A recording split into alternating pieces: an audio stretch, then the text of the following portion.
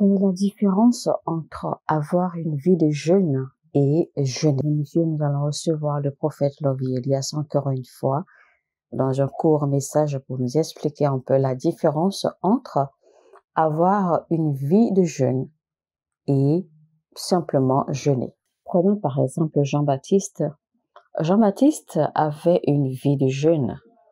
Jean-Baptiste ne se levait pas des jours pour décréter des jeûnes. Il ne faisait pas des jeûnes au hasard. Mais sa vie était une vie de jeûne.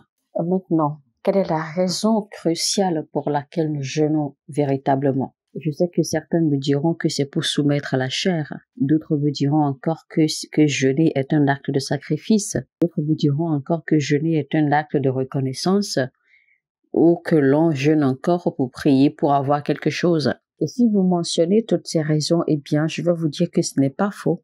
Mais toutes ces raisons, en fait, sont propres à vous. Toutes ces raisons sont personnelles à vous. Toutes ces raisons sont directement connectées à vous. Toutes ces raisons de jeûner, en fait, n'ont absolument rien à voir avec Dieu parce que quand vous jeûnez, cela ne profite en rien à Dieu. Quand vous jeûnez, c'est pour votre propre bien. Maintenant, là où l'intérêt de Dieu est en jeu, c'est quand vous jeûnez, parce qu'en réalité, jeûner, c'est un acte de s'humilier devant Dieu. Et c'est là que se trouve l'intérêt de Dieu. Quand votre jeûne constitue un acte d'humilité devant Dieu, c'est seulement là que lui, il pourra en bénéficier. Parce que Dieu résiste toujours les orgueilleux, mais il fait grâce aux humbles. Donc, un homme de Dieu ou une femme de Dieu doit toujours en fait chercher à plaire à Dieu en s'humiliant devant sa présence à travers le jeûne. Un homme de Dieu ou une femme de Dieu doit toujours rechercher une opportunité pour s'humilier devant Dieu. Parce que la vérité est que même si vous êtes quelqu'un du monde, même si vous n'êtes pas croyant, et que vous savez comment vous humilier devant Dieu, Dieu vous fera grâce. Lisons Psaume 35, verset 13 qui dit « Moi, quand ils étaient malades, je revêtais un sac. J'humiliais mon âme par le jeûne. Je priais la tête penchée sur mon sein. » Donc, on va souligner « J'humiliais mon âme par le jeûne. » C'est ce qui nous intéresse dans ce verset.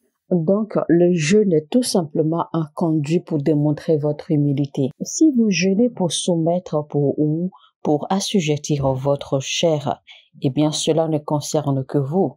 Cela a tout à voir avec vous, avec votre personne. Cela n'a rien à voir avec Dieu. Le seul moment où votre jeûne va attirer Dieu et que Dieu va s'intéresser à votre jeûne, c'est votre désir de vous humilier devant lui. C'est le seul moment où Dieu va s'intéresser à votre jeûne. Si votre jeûne est dans l'intention de vous humilier devant lui, de vous rabaisser devant lui. Parce que si l'on parle simplement du jeûne, même les gens du monde jeûnent. Les musulmans jeûnent, les bouddhistes jeûnent, les hindous jeûnent. Alors quand vous comprenez le facteur de l'humilité à travers vos jeûnes, Dieu sera obligé de vous répondre. Dieu sera obligé de vous faire grâce pour trouver ce que vous cherchez. Dieu sera obligé parce qu'il n'aura pas d'autre choix. Donc, quand vous jeûnez, votre premier but doit être de vous humilier devant lui, de vous rabaisser devant lui à travers ce jeûne. Vous savez, quand Daniel a invité ses frères hébreux à se joindre à lui pour jeûner, leur jeûne n'était pas dans l'intention de recevoir la signification du rêve ou des rêves du roi. Le premier but ou l'objectif de leur jeûne était de se rabaisser devant Dieu, était de s'humilier devant Dieu pour lui demander. Dans leur jeûne, ils ont reconnu que seul Dieu comprend d'accord et connaît la signification des rêves de quelqu'un, puisque c'est lui qui donne les rêves. Donc, dans leur humilité, ils ont demandé au Seigneur de leur montrer le sens de la signification des rêves du roi. Et dans leur acte sincère d'humilité, l'Éternel leur a répondu. Dieu a exaucé leur prière.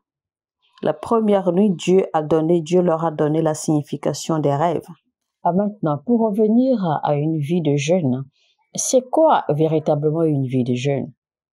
Une vie de jeûne, en réalité, c'est que vous pouvez manger, mais vous ne mangez pas beaucoup trop. Vous ne mangez pas vraiment à satiété. Parce que si votre corps est beaucoup trop satisfait et qu'il se sent un tout petit peu au contrôle de vous ou que le corps se sent tellement à l'aise, eh bien, le corps risque de se présenter fier ou beaucoup trop fier devant Dieu. C'est-à-dire que le corps risque de se révolter contre les volontés de l'Esprit de Dieu en vous. Et si vous n'arrivez pas à établir une vie disciplinée pour vous-même, il vous sera difficile d'avoir une vie disciplinée aux yeux de Dieu. Parce que plus votre corps sera léger, plus il sera facile pour vous de l'assujettir, de le mortifier. Vous savez, les gens arrivent à mortifier leur corps, ce qui est une bonne chose. Mais il faut souligner que vous pouvez bien mortifier votre corps et ne pas arriver à mortifier votre âme. Parce que le plus important ici, en fait, il s'agit de l'âme. Quand vous arrivez à mortifier votre âme, eh bien là, vous vous retrouvez dans une position d'humilité. Parce que l'humilité, en réalité, vient de votre âme et non de votre chair ou de votre corps. Parce que mortifier votre corps, eh bien, cela vous rend beaucoup plus fort. Vous pouvez traverser beaucoup de choses sans pour autant chuter, sans pour autant fléchir. Mais cela ne veut pas dire que votre âme est également mortifiée. Donc, normalement, notre jeûne devrait être le reflet de notre âme et non le reflet de notre corps. Alors, comment avoir une vie de jeûne? Il faut apprendre à ne pas beaucoup manger. Faites en sorte que votre ventre ne prenne pas le contrôle sur vous. Parce que si vous mangez beaucoup trop, eh bien, vous ne pourrez pas être spirituel. Beaucoup trop manger vous rend lourd et cela vous empêche d'être spirituel. On vous a souvent enseigné ou recommandé qu'il faut manger 4 fois ou 5 fois par jour. Mais en réalité, ce n'est pas une bonne chose, ce n'est pas vrai. Vous avez plutôt besoin de repas ou de nourriture qui puissent nourrir votre corps et le maintenir en forme. Ce n'est pas que vous avez besoin de manger plusieurs fois dans la journée, non. Parce que malheureusement, nous sommes tellement habitués, nous sommes tellement addicts à la nourriture que les sens que Dieu nous a donnés, en fait, sont dormants. Alors, si un jour j'ai envie de rêver, je dois alors initier mes rêves. Que vous devez atteindre ce point où vous initiez vos propres rêves. Vous définissez les rêves que vous voulez faire par vous-même. Pas attendre forcément que Dieu vous donne des rêves, mais vous pouvez choisir. Vous pouvez définir les rêves que vous voulez avoir. Ceci, en réalité, attention, c'est la plus grande maturité ou c'est le plus grand niveau de maturité, d'accord, dans le règne des rêves, où vous pouvez décider par vous-même les rêves ou le rêve que vous voulez avoir. Vous définissez vos propres rêves. La Bible n'a pas dit que Dieu vous donnera des rêves, non. La Bible a bien dit « et ils feront des rêves ». Ils feront des rêves. Ça veut dire en fait que les rêves sont à être initiés, d'accord, par un individu. Donc c'est pour cela que la Bible dit qu'ils feront des rêves. Ça veut dire que ces rêves viendront de vous. Par exemple, Daniel a dit, j'avais la tête sur mon lit, j'ai vu des visions et des rêves. Ces rêves, en réalité, ont été initiés par Daniel lui-même.